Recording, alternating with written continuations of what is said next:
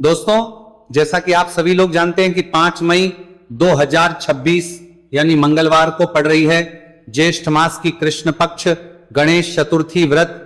और दोस्तों, यह वह तिथि है जो ज्येष्ठ मास में पड़ने वाली सबसे बड़ी तिथि है, क्योंकि यह मंगलवार के दिन पड़ रही है और इसका बहुत ही बड़ा और विशेष महत्व होता है। पूज्य गुरु जी ने कहा है कि अगर कभी भी मौका लग जाए और ज्येष्ठ महीने की गणेश चतुर्थी मंगलवार को पड़ जाए तो आप लोगों को एक छुटकी काला तिल वाला उपाय तो अवश्य ही करना चाहिए। इन दोनों का संयोग बहुत ही कम आता है। इसी के साथ में गुरुजी ने अपनी शिव पुराण कथा में बताया है कि इस दिन आपको एक छुटकी काला तिल वाला उपाय तो आपको अवश्य ही करना चाहिए, क्योंकि ऐसा दिन पूरे साल में सिर्फ एक ही बार आता है। और दोस्तों, आप सभी लोग जानते हो कि मंगलवार गणेश चतुर्थी का अगर सबसे बड़ा कोई उपाय है तो वो एक छुटकी काला तिल वाला उपाय है। तो दोस्तों, मंगलवार गणेश चतुर्थी के दिन आप लोगों को इस एक छुटकी काला तिल वाला उपाय को जरूर करना है। बहुत सारे लोग होंगे जिन लोगों ने इस उपाय को ना किया हो, मतलब पूरा साल निकल गया, उन्होंने किसी भी दिन इस छुटकी काला तिल वाला उपाय को ना किया हो। पर दोस्तों, आपके पास एक आखिरी मौका बचा हुआ है, जो कि 5 मई मंगलवार गणेश चतुर्थी के दिन है। इस दिन आप लोगों को इस वाले उपाय को जरूर कर लेना है। भले ही आपने पूरे महीने भर इस उपाय को ना किया हो, पर अगर आपने इस महीने के मंगलवार गणेश चतुर्थी के दिन अगर इस वाले उपाय को कर लिया तो आपको इस उपाय को करने का वह फल मिलेगा जिसकी आपने कभी कल्पना भी नहीं करी होगी। इसीलिए आप लोग इस वाले उपाय को एक बार जरूर कर लेना है, ताकि आप लोगों के हाथ से यह मौका ना जा सके और आपको इस उपाय को करने का फल मिल सके। दोस्तों, यह उपाय पंडित जी ने अपनी अभी की ही श्री शिव महापुराण की कथा में बताया है।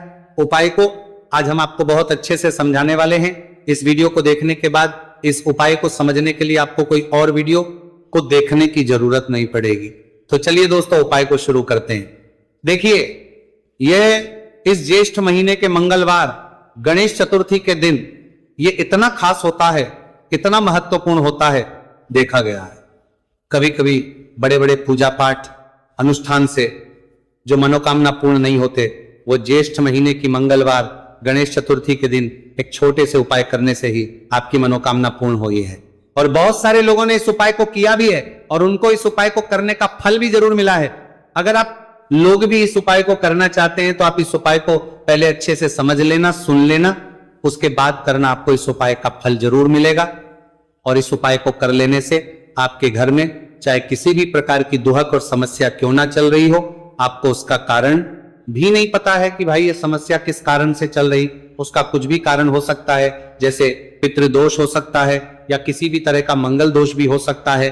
तो इस दिन आप लोगों को ये वाला उपाय कर लेना है। ये एक ऐसा उपाय है जिस उपाय को अगर किसी विशेष दिन पर किया जाए तो भाई उस विशेष दिन का जो है वह तो हमें मिलता ही मिलता है, पर हमने उस दिन पर इस उपाय को किया है तो हमें उससे भी बड़ा फल मिलता है, और फल बहुत जल्दी मिलता है, क्योंकि आप इस उपाय को बहुत ही बड़े और विशेष दिन पर रहे हो। तो चलिए अब उपाय के बारे में बात करते हैं, लेकिन उससे पहले आप लोगों को यह जानना आवश्यक है कि आखिर यह उपाय किस समय करना है, किसको करना है और कैसे करना है। तो चलिए हम आगे आपको वीडियो में एक एक करके बता देते हैं। लेकिन उससे पहले अगर आप लोग हमारे चैनल पर पहली बार आए हैं या फिर मेरी आवाज आज पहली बार सुन रहे हैं तो हमारे चैनल को सब्सक्राइब जरूर कर लेना, और इस वीडियो को लाइक करके कमेंट बॉक्स में श्री शिवाय नमस्तु भयम ओम नमः शिवाय जरूर टाइप कर देना।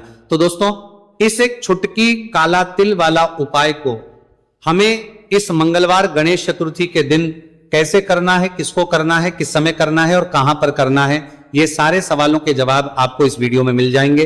और जो ये वीडियो देखेगा भाई, उसको एक छुटकी काला तिल वाला उपाय जरूर करना चाहिए, क्योंकि इस दिन काला तिल का भी बहुत ही बड़ा और विशेष महत्व होता है। और बात आ जाए एक छुटकी काला तिल वाला उपाय की, तो ये सोने पे सुहागा वाली बात हो जाती है और ये एक बहुत ही बड़ा उपाय हो जाता है इस मंगलवार गणेश चतुर्थी का। तो अब दोस्तों, इस एक छुटकी काला तिल वाला उपाय को आखिर करना किसको है, सबसे पहले हम लोग वो बात जान लेते हैं। तो देखो, घर की जो बड़ी माताएं बहनें होती हैं, उन माताओं बहनों में से कोई भी एक बड़ी माता बहन इस वाले उपाय को कर सकती है। और दोस्तों, अगर आप तो अपने घर में से सभी सदस्यों को भी इस उपाय को करवा सकते हैं। अगर किसी व्यक्ति की खुद की कोई मनोकामना है, खुद की कोई दुख और परेशानी है जो कि वह अपने लिए ही करना चाहता है इस वाले उपाय को, तो वो खुद अपने लिए भी कर सकता है। बाकी अगर कोई घर में से ऐसा है जो कि अपने पूरे घर परिवार की सुख और शांति के लिए ये वाला उपाय करना चाहता है तो भाई वो भी कर सकता है, उसमें भी कोई दिक्कत वाली बात नहीं है। कहने का मतलब है कि इस उपाय को हर एक सदस्य भी कर सकता है और पूरे घर परिवार के सदस्य के लिए घर की बड़ी माताओं बहनों में से कोई एक माता बहन भी कर सकती है। माताएं बहनें अगर घर में उपस्थित ना हो या वह यह वाला उपाय ना कर पा रही हो तो फिर घर का कोई बड़ा सदस्य भी इस एक छुटकी काला तिल वाला उपाय को कर सकता है, चाहे फिर वह पुरुष ही क्यों ना हो, उसमें कोई भी दिक्कत वाली बात नहीं है। उसके बाद में दोस्तों जो अगला प्रश्न निकल आता है वो ये आता है इस उपाय को लेकर कि आखिर इस उपाय को हमें किस समय करना है, सुबह के समय करना है कि शाम के समय करना है। तो देखो इस वाले उपाय को आप लोग सुबह के समय भी कर सकते हो और शाम के समय प्रदोष काल में भी कर सकते हो। अब अगर आप पूछो कि भाई सबसे उत्तम समय कौन सा रहेगा इस एक छुटकी काला तिल वाला उपाय को करने का, तो हम आपसे बस यही कहेंगे कि इस उपाय को आप सुबह के समय करेंगे तो ज्यादा बेहतर होगा। बाकी अगर प्रदोष काल शाम के समय भी करेंगे तो भी अच्छा होगा, उसमें कोई भी दिक्कत वाली बात नहीं है। तो अब दोस्तों जो अगली सबसे बड़ी और महत्वपूर्ण बात आती है वो ये आती है कि सुबह अगर हम उपाय को करेंगे तो हमें कितने बजे से लेकर कितने बजे तक के बीच में करना है, और शाम के समय प्रदोष काल में करेंगे तो हमें कितने बजे से लेकर कितने बजे के बीच में करना है। तो देखो सुबह जितनी जल्दी हो सके आप उपाय को करने की कोशिश करना, कि अगर किसी कारणवश लेट भी हो जाओ, थोड़ी देर भी हो जाए तो 10 या 11 बजे तक भी आप उपाय कर लेना, पर 12 बजे से ज्यादा देरी ना हो, ठीक है, इस बात का ध्यान रखना। उसके बाद में दोस्तों अगर शाम के समय प्रदोष काल की बात करें, प्रदोष काल का जो समय होता है वो शाम के 6 बजे से शुरू हो जाता है। मतलब शाम के 6 बजे से लेकर 7 बजे के बीच का जो समय होता है ये समय प्रदोष काल का समय होता है। तो आप उपाय को 7 या 8 बजे के बीच में भी कर सकते हो।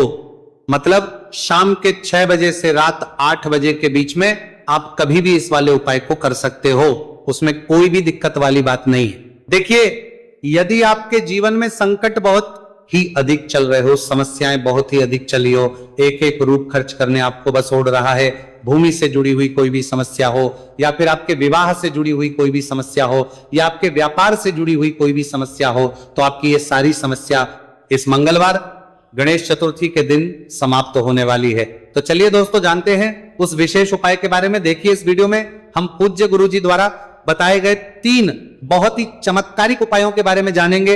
देखिए ये जो उपाय है आपके जीवन से दुर्भाग्य का तो अंत करेंगे ही, साथ ही साथ यदि आपके जीवन में धन की समस्या चल रही है तो वह सभी भी आपकी समाप्त हो जाएंगी। देखिए गुरुजी ने बताया है कि जब भी मंगलवार गणेश चतुर्थी का दिन पड़े तो हमें कर्ज मुक्ति के लिए कुछ उपाय करने चाहिए। इसी के साथ हमें धन प्राप्ति, भूमि से जुड़े कार्यों और विवाह के लिए भी उपाय करने चाहिए। तो चलिए दोस्तों जानते हैं गुरुजी द्वारा बताए गए सबसे पहले उपाय के बारे में। देखिए यह उपाय विशेषकर उन लोगों को करना है जिनकी भूमि से जुड़ी कोई भी समस्या चल रही हो, यानी कि उनकी भी जमीन से जुड़ी हुई समस्या चल रही है, यानी कि जो लोग मकान खरीदना चाहते हैं या फिर उनका खेत से जुड़ा कोई भी केस चल रहा है या फिर जिनके भी विवाह में विलंब हो रहा है या फिर जिन भी लोगों के जीवन में कर्ज बहुत ही अधिक बढ़ने लगा है, कर्ज जो है वह चुका नहीं पा रहे हैं, तो गुरुजी ने कहा है कि ऐसे लोगों को यह उपाय करना चाहिए। देखिए इस उपाय के लिए आपको थोड़े से काले तिल ले लेने हैं। देख आपको मात्र एक चुटकी काले तिल ले लेने हैं। इसी के साथ में आपको थोड़ा सा शहद ले लेना है। फिर सबसे अंत में आपको एक लोटा शुद्ध जल ले लेना है। तांबे के पात्र के अंदर आपको अपने घर से शुद्ध जल ले लेना है और इन सभी सामग्रियों को आपको लेकर के पहुंच जाना है भगवान शिव के मंदिर में। देखिए पूज्य गुरुजी ने बताया है कि इस उपाय को आप सुबह से लेकर के शाम तक किसी भी समय में कर सकते हैं। देखिए मंदिर पहुंचने के आप जो काले तिल लेकर के गए थे उनमें आपको थोड़ा सा शहद लगा लेना है। देखिए आप जो शहद लेकर के आए हैं उस शहद में आपको ये काले तिल अच्छे से डुबो देना है और शहद से युक्त ये जो काले तिल हैं इन्हें आपको शिवलिंग पर अर्पित कर देने हैं या फिर आपको शिवलिंग के चारों तरफ अच्छे से काले तिल का लेपन कर देना है।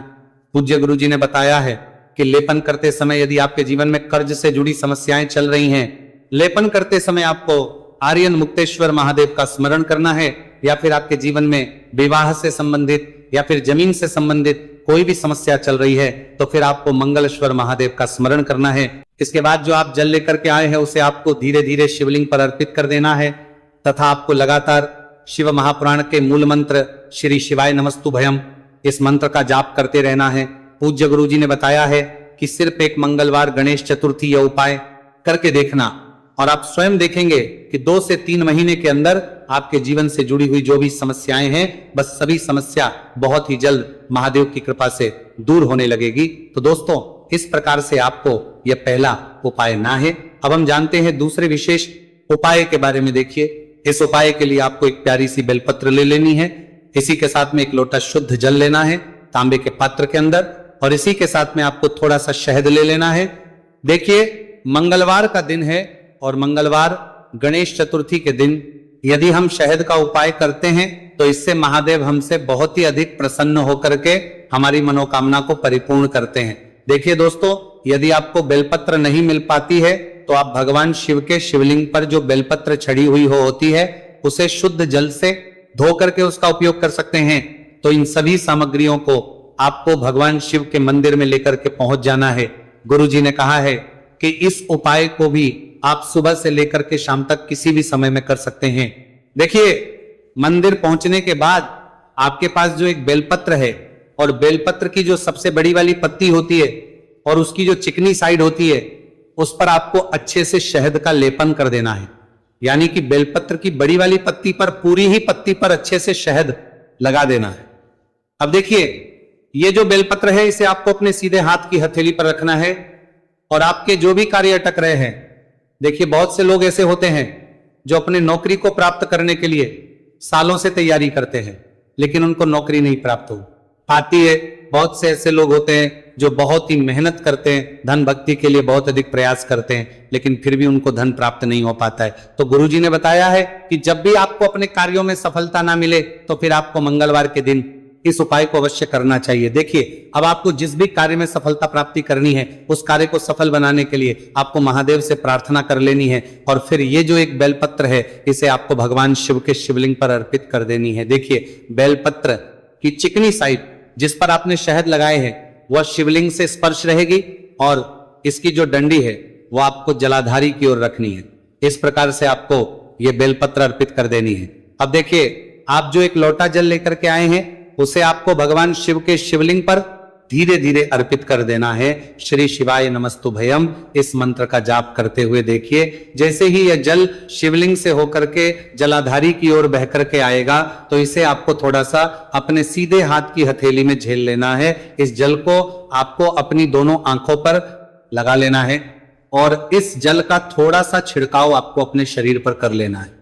पूज्य गुरुजी ने बताया है कि जब भी हम मंगलवार के दिन शहद वाली बेलपत्र शिवलिंग पर अर्पित करते हैं तो इससे हमें महादेव हर कार्य में सफलता प्राप्त करवाते हैं। यदि हमें अपनी मेहनत करने के बावजूद भी पर्याप्त मात्रा में सफलता नहीं मिल पा रही है तो गुरुजी ने कहा है कि आपको मंगलवार गणेश चतुर्थी के दिन यह चमत्कारिक उपाय अवश्य ही कर लेना है।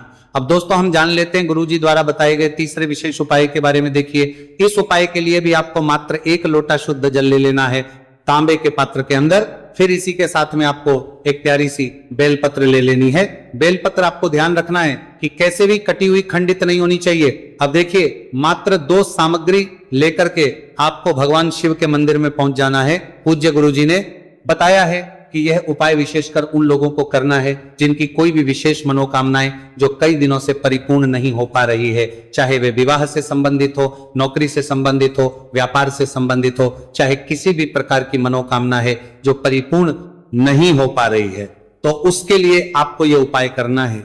देखिए, इस उपाय को भी आप सुबह से कि शाम तक किसी भी समय में कर सकते हैं।